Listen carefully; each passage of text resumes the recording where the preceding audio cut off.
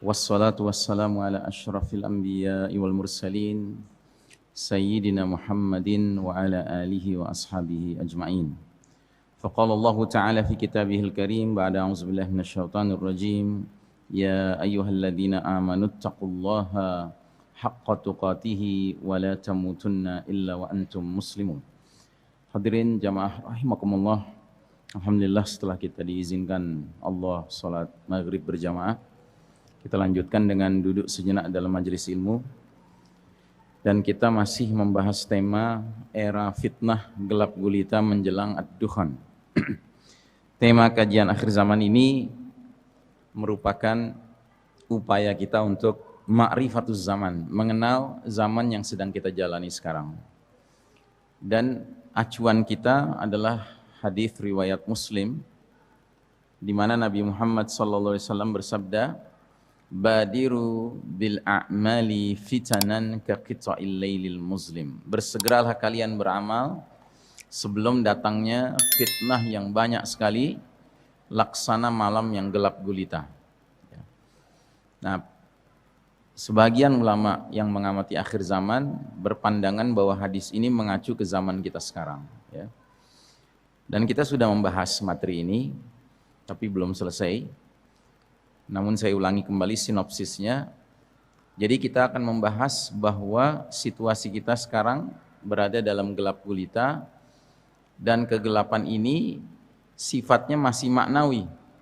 Sementara kata Syekh Mubayyad, penulis kitab fenomenal ensiklopedia akhir zaman, kegelapan yang kita alami yang sifatnya maknawi ini akan meningkat sampai benar-benar terjadi kegelapan yang sifatnya fisik, yaitu datangnya peristiwa ad-dukhan.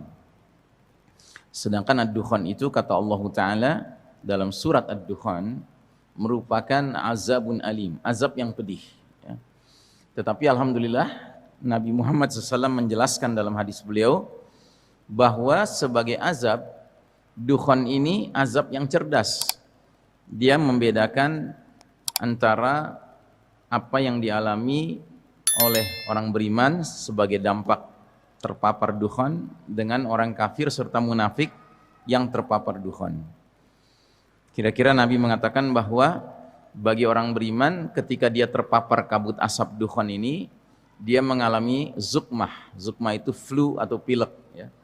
Tetapi orang-orang kafir dan orang munafik, badan mereka membengkak sampai keluar cairan-cairan dari lubang telinga, lubang tubuh lain-lainnya, lubang telinga, lubang mulut, lubang hidung, lubang duburnya.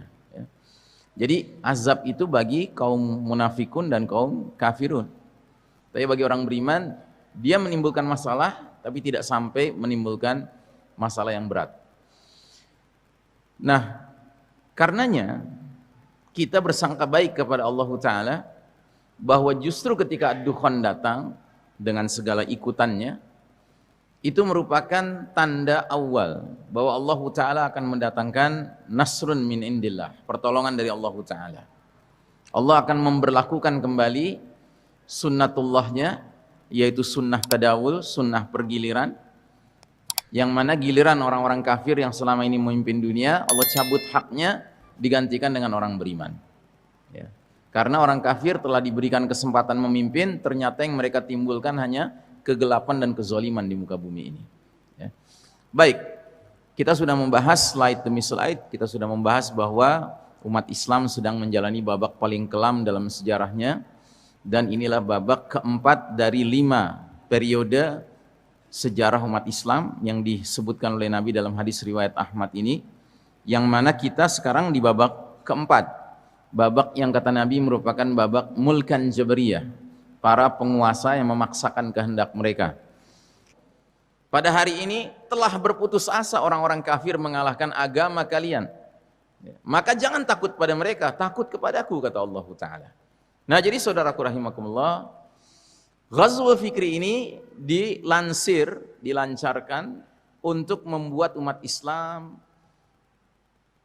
mengikuti way of life mereka, jalan hidup mereka, sambil memastikan umat Islam benar-benar meninggalkan Islam sebagai petunjuk hidup. Mereka pastikan umat Islam tidak lagi berpikir perlunya menegakkan sistem iman tauhid. Di negeri ini Pak, tidak perlu orang kafir lagi yang teriak-teriak, nggak perlu menegakkan khilafah. Bahkan Muslim hari ini yang teriak di negeri ini. Orang kafirnya ongkang-ongkang kaki Pak. Gitu. Padahal itu keniscayaan sejarah Pak. 1342 tahun kita hidup di bawah naungan rumah yang IMB-nya dari Allah Ta'ala, izin mendirikan bangunannya.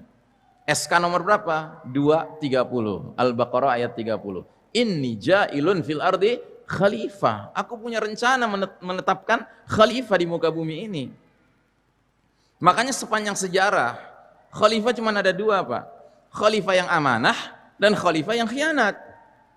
Khalifah juga, cuman khianat.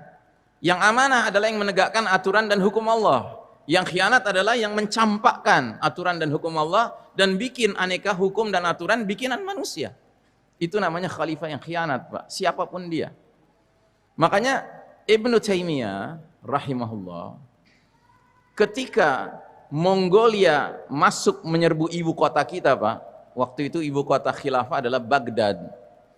Mereka bantai kaum muslimin, menurut satu riwayat sampai 200.000 orang tewas. Menurut riwayat yang lain 400.000 orang tewas. Sehingga sungai Yufrat menjadi merah warnanya, darah umat Islam. Tapi bukan hanya merah, hitam juga. Karena apa? Dari berbagai perpustakaan di Baghdad itu, buku-buku, kitab-kitab klasik itu dilempar ke dalam sungai Yufrat sehingga menjadi hitam, hitam tinta. Ya. Kemudian beberapa tahun umat Islam tidak memiliki kepemimpinan. Beberapa tahun saja. Karena apa? Setelah Mongol berkuasa di Baghdad, berinteraksi dengan umat Islam yang merupakan rakyatnya, mereka dapat hidayah, memeluk Islam, ya, menjadi Muslim. Ya.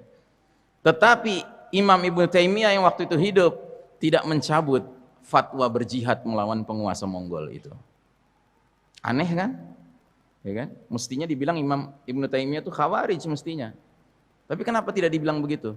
Karena si penguasa Mongol yang sudah Muslim ini mencari ulama yang bisa dibujuk untuk membujuk Ibnu Taimiyah. Ya. Dapatlah beberapa ulama dari Yaman Pak, dibujuk mereka untuk membujuk Ibnu Taimiyah agar mencabut fatwa jihad karena sudah masuk Islam. Datanglah mereka kepada Imam Ibnu Taimiyah, mereka bilang, wahai Imam, kenapa engkau tetap mengeluarkan fatwa berjihad melawan penguasa Mongol yang sudah masuk Islam? Kata Ibnu Taimiyah, jawab dulu pertanyaan saya, katanya. Oh, sebelum itu si ulama-ulama Yaman ini mengatakan, sedangkan dulu Imam Ahmad bin Hambal ketika Khalifah Ma'mun memenjarakan dia, mencambuk dia, menyiksa dia, ya kan? Dia tidak mengeluarkan fatwa kepada umat untuk berjihad melawan khalifah. Ya. Ingat itu Pak, itu sejarah Pak, itu sejarah. Kenapa Khalifah Ma'mun begitu kepada Imam Ahmad? Karena Khalifah Ma'mun sudah terpengaruh pikiran Mu'tazilah. Mu'tazilah itu kalau hari ini jil lah gitu kira-kira, ya kan? Sehingga dia memerintahkan Imam Ahmad keluarkan fatwa pesanan dia bahwasanya Al-Quran itu makhluk. Itu fahamnya Mu'tazilah. Imam Ahmad nggak mau, dia tetap konsisten dengan faham Ahlus Sunnah wal Jamaah. Al-Quran kalamullah. Dipenjara, dipecut, dicambuk, disiksa, nggak ada perlawanan, nggak ada mengajak umat melawan. Jadi kata ulama-ulama Yaman ini, kenapa dulu Imam Ahmad sudah sampai dicambuk, ya kan, dia tidak mengeluarkan fatwa jihad, ya kan? Terus kata Ibnu Taimiyah, jawab dulu pertanyaan saya. Khalifah Ma'mun, pernahkah dia merubah hukum dari hukum Quran dan Sunnah? Pernahkah dia merubah? Tidak pernah, ya kan? Pernahkah dia mengarahkan untuk membuat aturan baru, hukum baru selain Quran dan Sunnah? Tidak pernah. Nah, ketahuilah, penguasa Mongol ini walaupun sudah masuk Islam, dia memperkenalkan sebuah kitab namanya Ilyasa. Kitab apa itu? Kitab peraturan pemerintahan yang isinya gado-gado. Islam ada, Kristen ada, Yahudi ada, Mongol juga ada, adat Mongol. Kita perangi demi Allah, katanya. Ya. Jadi saudaraku rahimakumullah, fahamilah bahwa hakikat kepemimpinan adalah kita mentaati orang yang hanya mentaati Allah dan Rasulnya. Ya, bahwa orang itu punya problem-problem pribadi itu urusan lain Pak. Ya, Imam Ahmad ketika itu memandang Khalifah Ma'mun, dia punya kezaliman pribadi, tapi bukan kezaliman yang sampai menular kepada seluruh pemerintahan yang dia pimpin. Dia tetap menjunjung tinggi dua sumber utama ajaran Islam, Kitabullah was Sunnah, sesuai dengan ayat yang menyatakan fa in tanaza'tum fi syai'in farudduhu ila Allahi war rasuli in kuntum tu'minuna billahi wal yaumil akhir. Silahkan dicatat surat An-Nisa ayat 59, ayat gacoan tafsir tentang kepemimpinan dalam Islam. Ya. Jadi intinya di ayat itu mengatakan, hai orang-orang beriman, taatilah Allah dan taatilah Rasul dan para pemimpin di antara kalian. Dan jika kalian berselisih pendapat tentang satu perkara, kembalikan kepada Allah dan Rasulnya. Ibnu Katsir mengatakan kembali pada Allah dan Rasulnya maknanya kembali pada kitabullah dan sunnah. Jika kalian benar-benar iman kepada Allah dan hari akhir. Jadi ulil amri di dalam Islam, urusannya bukan sekedar punya pemimpin yang mengucapkan 2 kalimat syahadat, tidak. Tapi pemimpin itu menyatakan bahwa dia hanya mau loyal kepada kitabullah dan sunnah. Bahkan kata Ibnu Katsir, garis bawahi firman Allah Ta'ala yang menyatakan, in kuntum tu'minuna billahi wal yaumil akhir. Jika kalian benar-benar iman kepada Allah dan hari akhir. Yaitu syarat, Pak. Syarat masyarakat menjadi masyarakat beriman, bahwa baik pemimpinnya maupun masyarakatnya sepakat, hanya Quran dan sunnah tempat kita merujuk berbagai perselisihan di antara kita. Nah, jadi saudaraku rahimakumullah, Yahudi Nasrani tidak senang kalau kita menjadikan Islam sebagai jalan hidup. Sehingga Allah Ta'ala menurunkan ayat mulia ini, walan tarda ankal yahud walan nasara hatta tattabi'a millatahum. Sekali-kali Yahudi dan Nasrani nggak akan rela, nggak akan senang sama kamu Muhammad, yang berarti juga sama umatmu Muhammad, sebelum kamu dan umatmu mengikuti millah mereka. Asy-Syaukani menerjemahkan millah sebagai minhajul haya, jalan hidup, bukan agama. Pada hakikatnya orang Yahudi tidak pernah menginginkan kita keluar dari Islam menjadi Yahudi. Kenapa? Yahudi bukan agama dakwah. Nasrani pun demikian. Mereka ingin kita dimurtadkan, dikristenkan, tapi itu bukan sasaran utama, Pak. Bukan sasaran akhir. Sasaran akhirnya adalah mengajak kita meninggalkan Islamic way of life and follow their way of life, dan mengikuti jalan hidup mereka. Itu intinya sebenarnya. Maka Allah tegaskan, kul inna hudallahi huwal huda. Katakanlah, hanya petunjuk Allah itulah petunjuk yang sebenarnya. Bukan petunjuk barat, bukan petunjuk Yahudi Nasrani. Makanya Allah sampai mengeluarkan ultimatum. Fa in tanazat fa in wala in ittaba'ta ahwa'ahum ba'da alladhi ja'aka minal ilm ma laka minallahi min waliyyin wala nasir. Dan jika kamu Muhammad dan umatmu Muhammad masih saja mengikuti keinginan Yahudi Nasrani, setelah nyata benar ilmu yang sampai kepada kamu dan umatmu, tidak akan ada perlindungan dan pertolongan dari Allah Ta'ala. Ya. Nah, jadi saudaraku rahimakumullah, Allah sampai menyatakan apa saja nikmat yang kalian rasakan hakikatnya datang dari Allah, tapi bencana yang menimpa kalian hakikatnya dari diri kalian sendiri. Kita bilang dalam sholat kita, ghairil maghdubi alaihim waladdallin. Jangan masukkan kami ke dalam golongan yang kau murkai, yaitu Yahudi, dan jangan masukkan kami dalam golongan yang kau sesatkan, yaitu Nasrani. Tapi di luar sholat ngekor sama Yahudi Nasrani. Ideologi cocok sama ideologi mereka. Pisahkan negara dengan agama, sekularisme. Politik ngambil kaidah politik mereka, kedaulatan di tangan selain Allah. Sejak kapan umat Islam beranggapan selain Allah berdaulat di muka bumi ini? Tidak ada yang berdaulat kecuali Allah Ta'ala. Di bidang ekonomi ngekor sama mereka dengan menyatakan bahwa riba dengan jual beli cincai lah, beda tipis. Di bidang hukum juga begitu. Kelakuannya kayak barat aja. Nganggap hukum yang datang dari langit sudah out of date, sudah ketinggalan zaman. Kita ini orang-orang cerdas, bisa merumuskan hukum yang paling cocok untuk masyarakat modern. Na'udzubillahi min dzalik. Nah, jadi saudaraku rahimakumullah, yang lebih mengerikan lagi, selanjutnya kaum kafir barat ini, Yahudi Nasrani ini merancang, mengokohkan sebuah sistem kafir syirik yang mereka kasih nama Novus Ordo Seclorum. Di mana nama ini kita temukan? Di lembaran kertas yang hegemonik hari ini, yaitu kertas dolar Amerika Serikat, khususnya pecahan $1 Amerika Serikat. Di pecahan yang lain nggak ada, yaitu lingkaran yang di bawahnya ditulis The Great Seal, materai yang mulia. Lingkaran ini ada gambaran apa di dalamnya? Ada gambar piramida terpotong bagian atasnya.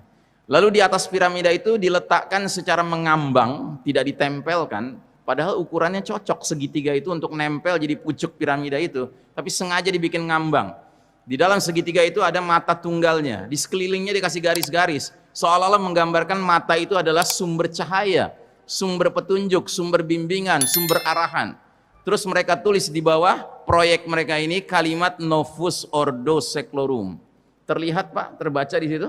Novus Ordo Seclorum, terlihat ya? Ini bahasa Latin Pak. Apa artinya? Novus artinya new, baru, ordo artinya order, tatanan, seclorum artinya sekuler, artinya world, dunia. Jadi new world order, tatanan dunia baru. Sebuah tatanan yang semua manusia yang mereka pimpin ingin mereka masukkan ke dalam tempat yang namanya piramida ini Pak. Jadi semua dibentuk jadi seragam cara pandangnya.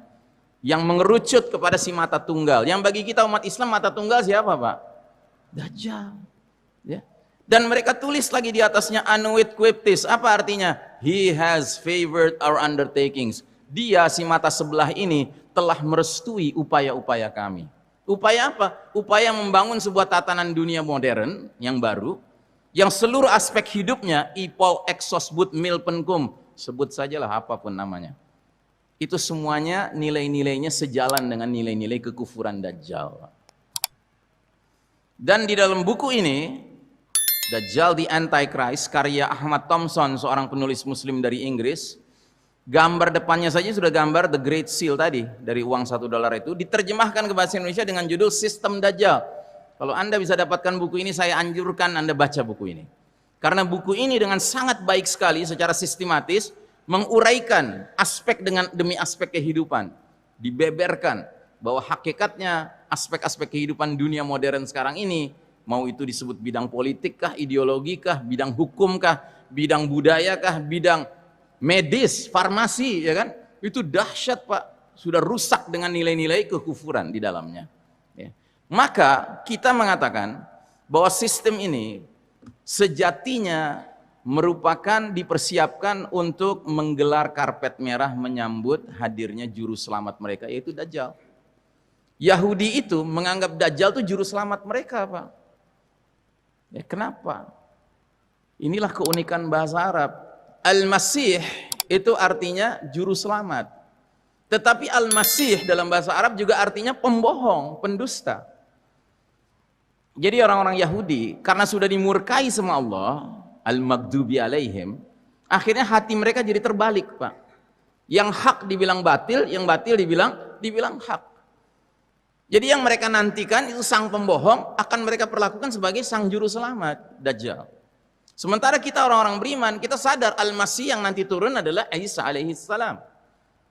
Dialah juru selamat. Dialah yang nanti mengajak orang-orang kafir, orang ahli kitab bertaubat mengikuti agama Nabi akhir zaman, Nabi Muhammad SAW.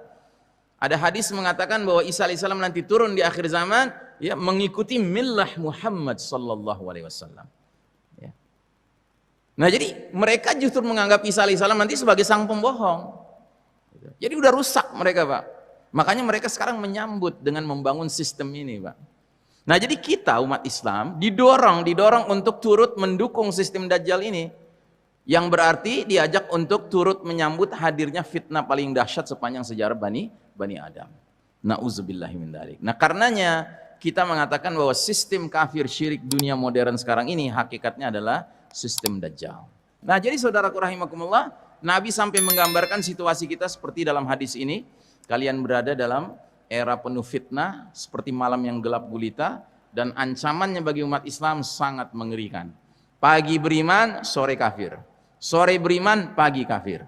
Kenapa itu terjadi? Karena rela menjual agama demi mengejar kenikmatan dunia. Karenanya kita katakan bahwa sedemikian masif dan destruktifnya badai fitnah yang ada, sehingga ancaman bagi umat Islam bukan hanya terjerumus ke dalam dosa-dosa kecil Pak. Bukan pula dosa besar, tetapi dosa nawaqidul iman, pembatal keimanan. Ini yang paling mengkhawatirkan. Ini puncak kegelapan dari babak keempat ini Pak. Bermunculannya muslim-muslim yang sadar tidak sadar terlibat dalam dosa yang kategorinya membatalkan keimanan. Nah, inilah babak di mana umat Islam mengalami fitnah-fitnah, ujian-ujian yang kian hari kian memuncak sampai keluarnya puncak fitnah alias fitnah paling dahsyat, yaitu fitnah Dajjal. Nabi bersabda, sungguh semenjak Allah menciptakan anak cucu Adam, tidak ada fitnah yang lebih dahsyat dari fitnah Ad-Dajjal. Dalam hadis yang lain lagi Nabi bersabda, sungguh fitnah sebagian kalian lebih kutakuti dari fitnahnya Dajjal, dan tidaklah seseorang yang selamat dari rangkaian fitnah tersebut, melainkan dia pasti selamat menghadapi fitnah selanjutnya atau berikutnya. Dan tidak ada fitnah yang dibuat sejak dunia ini ada, baik kecil maupun besar, kecuali untuk menjemput kedatangan fitnah Dajjal. Apa maksud hadis ini? Maksud hadis ini, perjalanan umat manusia dari awal sampai akhir, Pak, itu fitnah akan makin berat, Pak, sampai si Dajjal keluar. Dajjal itu puncaknya fitnah, Pak. Dan kita sekarang hidup di era yang kata para pengamat akhir zaman, Dajjal tampaknya sudah di pengkolan jalan, Pak. Itu puncaknya fitnah. Kita hidup di era menjelang puncaknya fitnah. Saya tidak bermaksud menakut-nakuti, Pak. Kalau Anda merasakan fitnah sekarang banyak dan dahsyat, besok lebih berat, Pak. Lusa lebih berat. Akan terus begitu. Ya. Get ready. This will be a tough ride. Ya. Siap-siap. Ini perjalanan kita makin berat, Pak. Bukan makin ringan. Ya. Nah, namun demikian, ada satu hal yang lebih mengkhawatirkan lagi. Saya minta waktu sedikit ya. Sekalipun oknum Dajjal belum keluar, namun umat Islam di dalam sistem kafir syirik dunia modern dewasa ini harus menghadapi fitnah yang kata Nabi Muhammad SAW lebih beliau takuti dari fitnah Dajjal menimpa umat ini. Ini disebutkan oleh sahabat Abu Dzar Al-Ghifari radhiyallahu an, dia dengar langsung dari Nabi. Kata beliau, suatu ketika aku bergandengan tangan jalan bersama Rasul menuju rumah beliau. Rasul mau pulang. Tiba-tiba kata Nabi, ghairud dajjalu akhwafu ala ummati minad dajjal. Sungguh selain Dajjal ada yang lebih kutakuti atas umatku.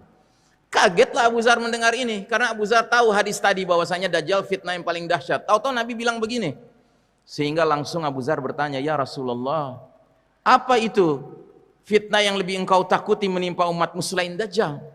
Kata Nabi, al-a'immatu al-mudillin, para imam yang menyesatkan.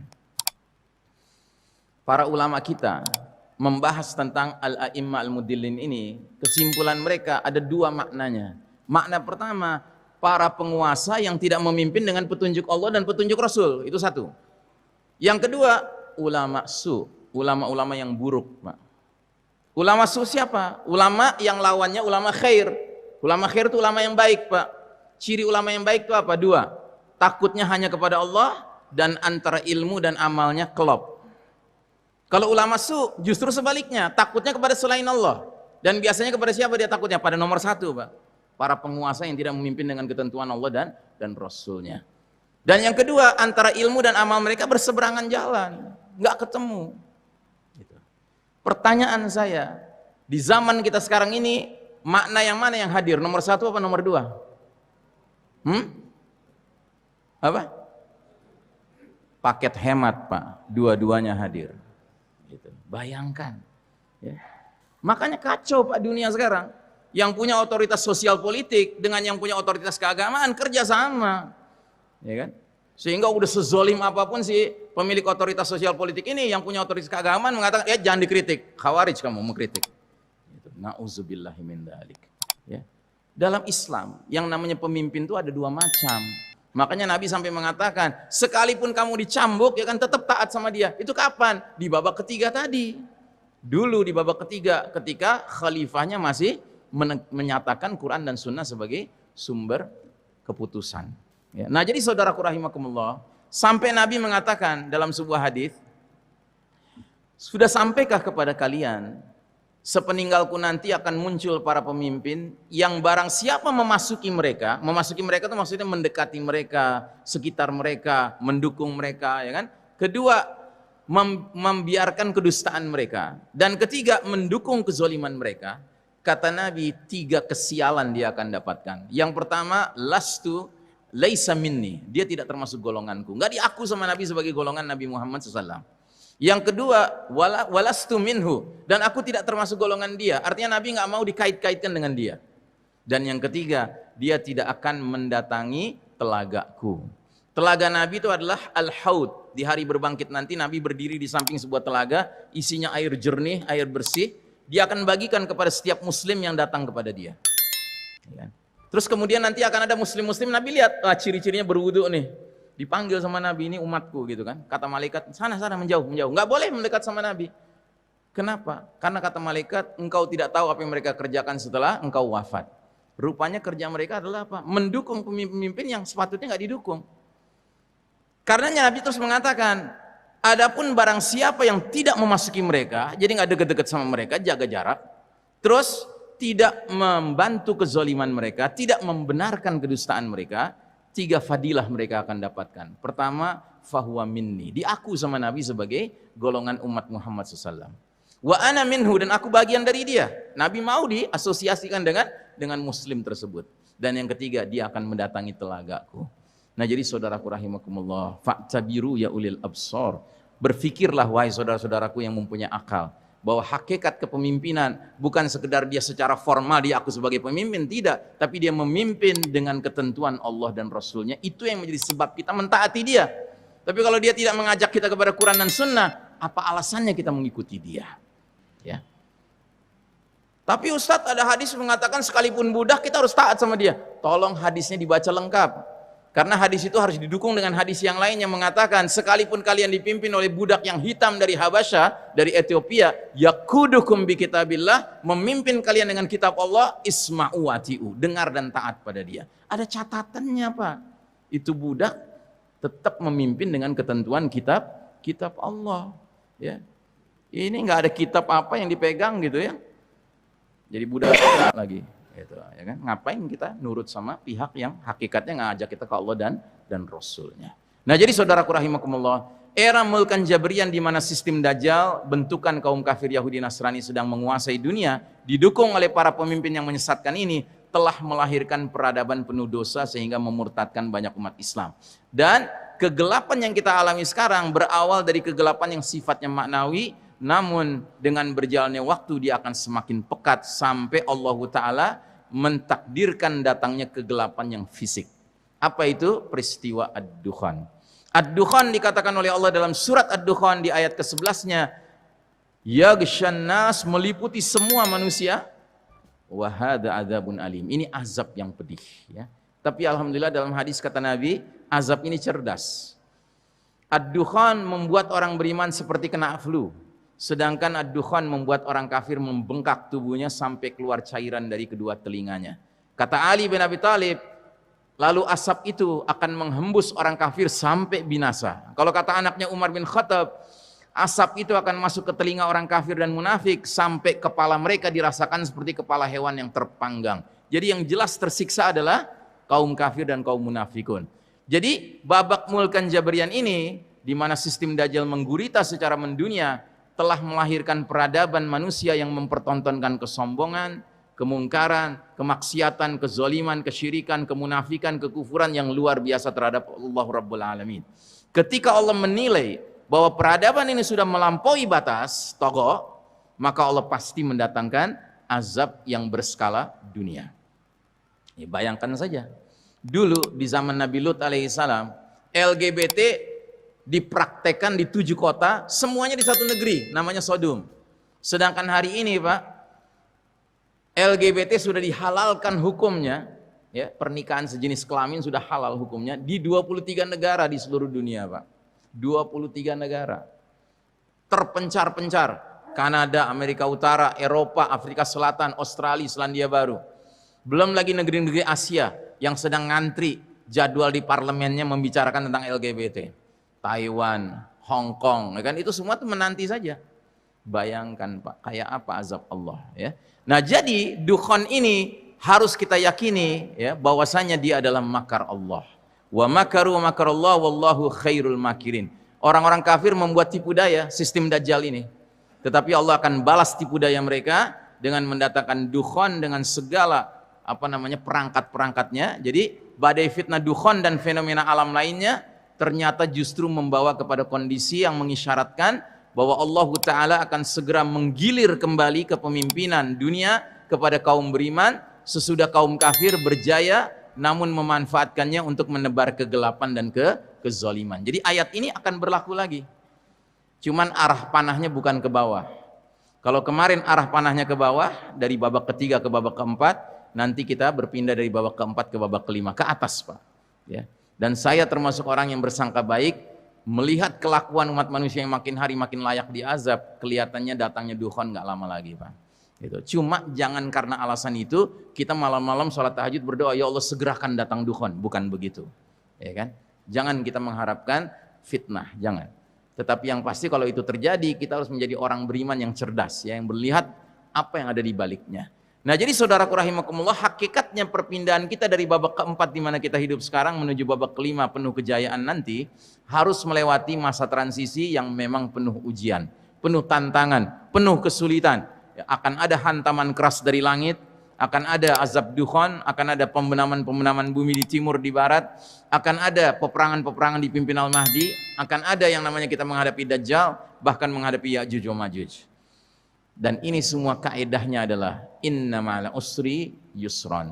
Sesungguhnya bersama kesulitan ada kemudahan. Ada satu yang saya lupa sebut, akan terjadi shutdown of modern technology. Nah, ini penting saya garis bawahi, karena apa? Karena sebagian besar kita sudah terlalu nyaman dengan teknologi canggih, padahal justru teknologi canggih inilah andalan utama sistem Dajjal ini. Kalau dia hancur, Pak, teknologi canggih, dia tidak bisa berlaku di mana-mana sama sekali. Dan itu menguntungkan bagi kita, kata Syekh Mubayyad. Kenapa? Karena tiba-tiba barat kafir yang tadinya merasa digdaya dengan teknologi canggih, dengan kita kaum muslimin menjadi setara. Tadinya mereka di atas kita. Mereka bisa menzolimi kita dengan kecanggihan teknologi. Nanti kalau sudah nggak ada teknologi, Pak, kita jadi setara. Dan kalau sudah setara, kaidah Betawi bisa kita pakai. Lo jual, gue borong. Gitu. Dengan catatan kita mempersiapkan diri dan generasi. Ya, persiapkan latihan berkuda, latihan memanah, latihan berenang, ya, dan berbagai persiapan lainnya, ya, yang memang diperlukan dalam situasi dunia yang berubah sama sekali kelak nanti. Mudah-mudahan apa yang saya sampaikan sore hari ini menjadi ilmu bermanfaat untuk kita semua. Saya tidak bermaksud menakut-nakuti, tapi ini peringatan, ya, karena sesungguhnya dunia hari ini benar-benar berada dalam keterpurukan yang patut kita fahami bersama. Demikianlah, mari kita tutup dengan doa yang disunnahkan Nabi kita, doa kifaratul majlis. Subhanakallahumma wa bihamdika asyhadu an la ilaha illa anta astaghfiruka wa atubu ilaik. Walhamdulillahirabbil alamin. Wassalamualaikum warahmatullahi wabarakatuh.